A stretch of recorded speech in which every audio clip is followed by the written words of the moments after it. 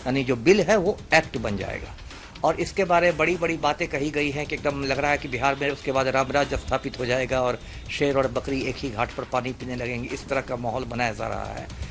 और इसमें कहा गया है कि जगह जगह मतलब सीसीटीवी कैमरे लगवा देंगे पलटू जी, जगह जगह चौक चौराहों पर, गली कुचियों पर में, मतलब नुक्कड़ पर, इस मोड़ पर, मतलब संक्षेप में समझे दर्शक, ये मतलब आपके शौचालय को छोड़ के हर जगह पलटू राम सीसीटीवी कैमरे लगवाने जा रहे हैं। और इतनी कड़ाई होगी कि आम नागरिक से भी कहा गया है कि अपने सीसीटीवी कैमरों का फुटेज कम से कम 30 दिनों तक सुरक्षित रखना। नमस्कार, देख रहे हैं आप सिटी पोस्ट लाइव और मैं हूं आपके साथ पूजा शर्मा। बजट सत्र के दौरान अपराध नियंत्रण कानून को पारित किया गया सर्वसम्मति के साथ। इसका विपक्ष पुरजोर से विरोध कर रही है। अब ऐसे में हम पहुंचे हैं पूर्व आईपीएस अमिताभ कुमार दास के पास ये जानने के लिए कि अमिताभ दास इसको कैसे देखते हैं। बिहार में अपराध नियंत्रण कानून को लाया गया है, इसे आप कैसे देखते हैं? अब देखना क्या है, ये तो पब्लिक की आंखों में से ही धूल झोंकने का एक मतलब आप कह सकते हैं पलटू राम का हथकंडा कह सकते हैं। मैं दर्शकों को बता दूं संक्षेप में ये मामला क्या है। ये बिहार अपराध नियंत्रण विधेयक 2024, इसका मतलब आधिकारिक नाम है, ये पारित हुआ है। और राज्यपाल के दस्तखत के बाद जो होता है कि जो विधेयक है वो अधिनियम बन जाएगा, यानी जो बिल है वो एक्ट बन जाएगा। और इसके बारे में बड़ी बड़ी बातें कही गई हैं कि एकदम लग रहा है कि बिहार में उसके बाद राम राज्य स्थापित हो जाएगा और शेर और बकरी एक ही घाट पर पानी पीने लगेंगे, इस तरह का माहौल बनाया जा रहा है। और इसमें कहा गया है कि जगह जगह मतलब सीसीटीवी कैमरे लगवा देंगे पलटू जी, जगह जगह चौक चौराहों पर, गली कुचियों पर में, मतलब नुक्कड़ पर, इस मोड़ पर, मतलब संक्षेप में समझे दर्शक, ये मतलब आपके शौचालय को छोड़ के हर जगह पलटू राम सीसीटीवी कैमरे लगवाने जा रहे हैं। और इतनी कड़ाई होगी कि आम नागरिक से भी कहा गया है कि अपने सीसीटीवी कैमरों का फुटेज कम से कम 30 दिनों तक सुरक्षित रखना है ना। आम नागरिक भी जो प्राइवेट है, क्योंकि आपको पुलिस को सहयोग देना है। और ये जो मतलब विधेयक है, इसमें डीएम को, जिलाधिकारी को बहुत अधिकार दिया गया है, काफ़ी न्यायिक अधिकार दिए गए, जिस बिंदु पर इसकी आलोचना भी हो रही है। जैसे डीएम को कहा गया है कि यदि किसी व्यक्ति को लगे कि ये आपराधिक प्रवृत्ति का है तो उसको 6 महीना के लिए जिला बदर कर सकता है और उसका मतलब वारंट जारी कर सकता है, बेल देने का भी अधिकार डीएम को है। और भी बहुत सारी ताकतें हैं डीएम को। और कहा गया है कि डीएम के मतलब इस आदेश के खिलाफ आप आयुक्त के यहाँ ही अपील कर सकते हैं, कमिश्नर के यहाँ। तो एक तरह से इसमें बहुत सारी मतलब शक्तियाँ दी गई हैं। और चुनाव जो टाइमिंग है चुनाव के पहले, अब वो टाइमिंग भी है कि लोग समझे चुनाव के पहले कि कितना मतलब सजग है। लेकिन जो एक कहते हैं कि हाथी के दांत खाने के एक होते हैं, दिखाने के एक होते हैं, तो वही पलटू राम की हालत है कि मतलब ऐसे तो अपराध नियंत्रण के लिए इतना कटिबद्ध हैं, लेकिन हकीकत भी दर्शक देख ही ले। ये बिहार का सबसे खूंखार अपराधी है अनंत सिंह, जो अंडरवर्ल्ड में छोटे सरकार के नाम से जाना जाता है। ये पिछले 5 बरस से पटना के बेऊर जेल में बंद है। 2 मामलों में इसको 10-10 बरस की कैद की सजा हो चुकी है। इतना खूंखार अपराधी जो एकदम बादशाह की तरह चौड़ा होके खड़ा है। और ये जो चपरासी की तरह हाथ पैर जोड़ के खड़े हैं, ये हमारे माननीय मुख्यमंत्री पलटू राम है। और आज की तारीख में ये हकीकत है, मैं दर्शकों को बता दूं कि पलटू राम के आदेश पर अनंत सिंह को सारी सुविधाएं उपलब्ध करा दी गई है बेऊर जेल में, जेल विभाग के द्वारा। अनंत सिंह को मोबाइल की सुविधा उपलब्ध है, जबकि कायदे से किसी भी कैदी के पास मोबाइल नहीं रहना है। और अनंत सिंह ने विश्वास मत के भी पहले 12 फरवरी के भी पहले मोबाइल पर फोन किया पलटू राम को, भद्दी भद्दी गालियां दी और पलटू राम को आदेश दिया कि मेरी पत्नी नीलम देवी को मुंगेर से लोकसभा का चुनाव लड़ाओ। और पलटू राम हुजूर हुजूर करने लगे। और आप देखिएगा कि इसी बार जो चुनाव होंगे तो नीलम देवी भाजपा के टिकट से लड़ेंगी मुंगेर। बड़ा खुलासा कर रहे हैं आप। हाँ, एक डंके की चोट पर। तो ये तो स्थिति है पलटू राम की।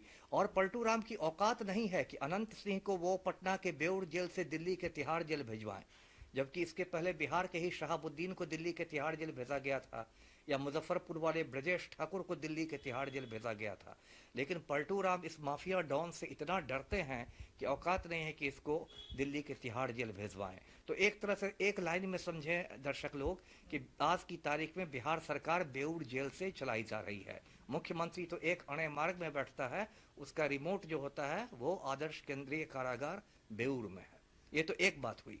दूसरी बात आप देखें, मैं दर्शकों को याद दिला दूं कि किस तरह आनंद मोहन जैसे खूनी को पलटू राम ने समय से पहले जेल से बाहर कर दिया। जिस आनंद मोहन ने नेशनल हाईवे पर एक आईएएस पदाधिकारी की हत्या कर दी थी और उम्र कैद काट रहा था। लेकिन पलटू राम को लगा कि यदि आनंद मोहन को मैं छोड़ दूंगा तो राजपूत वोट बैंक में मेरी सेंधमारी हो जाएगी। इसलिए जेल मैनुअल में संशोधन किया गया, आनंद मोहन को समय से पहले छोड़ा गया और उसके बाद उसके बेटे की शादी में पलटू राम गए, उसकी बेटी की शादी में पलटू राम गए। तो एक तरफ जो मुख्यमंत्री हैं वो हत्यारों और खूनियों के साथ बैठ रहे हैं और दूसरी तरफ डीएम को जिला बदर करने का पावर दिया सारा। क्या सहरसा के डीएम की औकात है आनंद मोहन को जिला बदर करने की? मैं आपके चैनल के माध्यम से पूछ रहा हूँ। तो ये सब देखिए क्या है कि कथनी और करनी में बहुत फ़र्क है। आपने ये विधेयक बना दिया, ये एक अधिनियम बना दिया और अपने मुंह मियाँ मिट्ठू कर रहे हैं कि हमने ये कर दिया वो कर दिया। और सही में क्या स्थिति है? सही में स्थिति है कि जो माननीय मुख्यमंत्री हैं वो अनंत सिंह और आनंद मोहन जैसे माफिया डॉनों के आदेशपाल बने हुए हैं। अच्छा, जिस तरीके से आनंद मोहन को जेल से बाहर निकाला गया, क्या अनंत सिंह को भी निकाला जा सकता है? क्योंकि मुख्यमंत्री ने तर्क दिया था कि उनकी छवि काफी अच्छी रही जेल में, इसलिए आनंद मोहन को बाहर निकाला गया, जेल में संशोधन। पहली बात मैं दर्शकों को बता दूं कि अनंत सिंह को तो जेल से बाहर निकालना भूल ही जाएं। आनंद मोहन की होली भी इस साल है ना तिहाड़ जेल में ही मन रही है। 25 तारीख को आनंद मोहन जोगीरा सारा करते हुए तिहाड़ जेल में नजर आएंगे, क्योंकि परसों यानी 4 तारीख को आखिरी सुनवाई है सुप्रीम कोर्ट में। आनंद मोहन की रिहाई को शहीद कृष्णैया की पत्नी उमा देवी ने चुनौती दी है। परसों यानी 4 मार्च को आखिरी सुनवाई है, तो पूरी संभावना है जो सुप्रीम कोर्ट का रुख है कि आनंद मोहन की रिहाई रद्द हो जाएगी।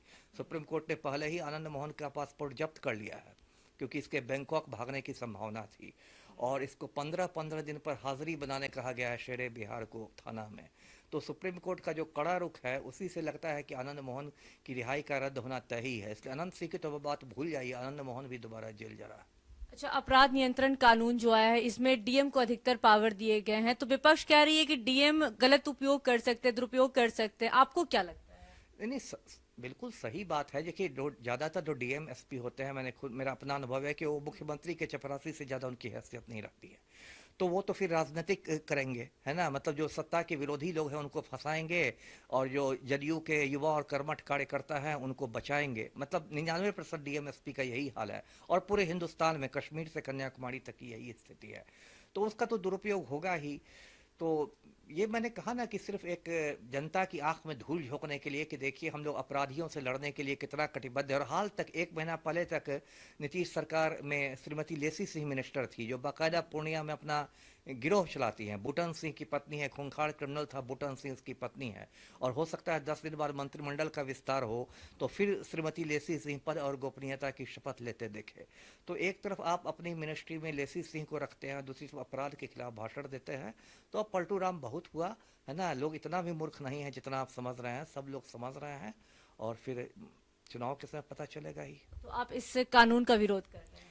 हाँ, कानून देखिए, ऑलरेडी जो कानून है, यदि सरकार की नीयत ठीक रहे तो ऑलरेडी पर्याप्त कानून है, पहले से पर्याप्त कानून है इन लोग को, माफिया को रगड़ने के लिए। लेकिन जब मुख्यमंत्री खुद अनंत सिंह, आनंद मोहन और लेसी सिंह के साथ उठेंगे बैठेंगे तो इस राज्य में क्या अपराध नियंत्रण होगा? आज की तारीख में बिहार में माफिया राज है और आम लोगों पर सर्जिकल स्ट्राइक हो रहा है। जी, कल जन विश्वास महारैली होने जा रही है, आपको क्या लगता है कितना सफल होगा यह रैली?